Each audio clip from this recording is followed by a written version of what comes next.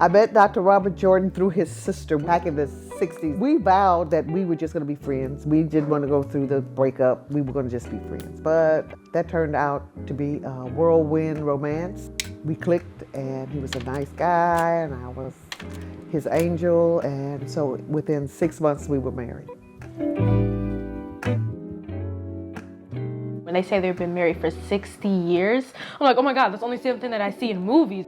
I often sit and reflect over the journey that we went through. We have been married 10 years with 3 kids, and my husband was on his way to medical school. What he said is that I want more for my family than what I had coming up. In 1980 is when they named him Chief Resident of Pediatrics at Rush Presbyterian St. Luke Hospital. He was the first African American ever to be a chief resident at that hospital. Okay, so say hi.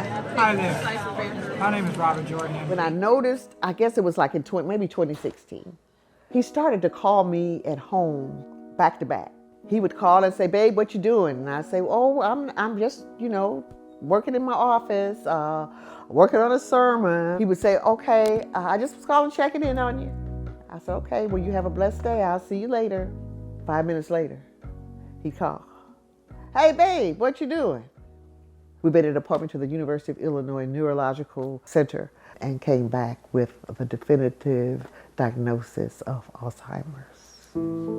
One of the most heart-wrenching memories is the day that I was riding with my dad, and it was a moment where he was between reality and dementia, and he said, "Why is God taking my mind?"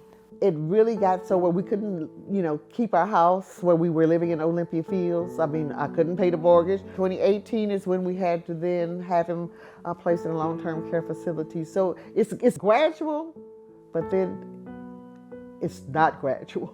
You're enjoying this sleep that you're having, huh? Hey, and where he is now, he's in the late stages of Alzheimer's, where he is bedridden.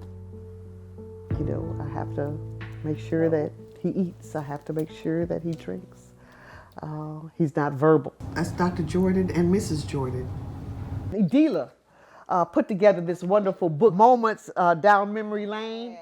She did it for her dad, but she don't realize she did it for her mom. So I go and I look at these pictures of Dr. Jordan and I when we were married, and I look at the pictures of us golfing, and I look at the pictures of us dancing, and I look at the pictures of our family time together. I just see the love and the care and the affection of a marriage. When she says for better or for worse, she's like, "This is my ride or die, I got him." My vows have kicked in. I take them seriously. And so when I look at him, he's the same fine man that I found back in 1962. And I'm gonna love on him, and I'm telling him every day, "I love you.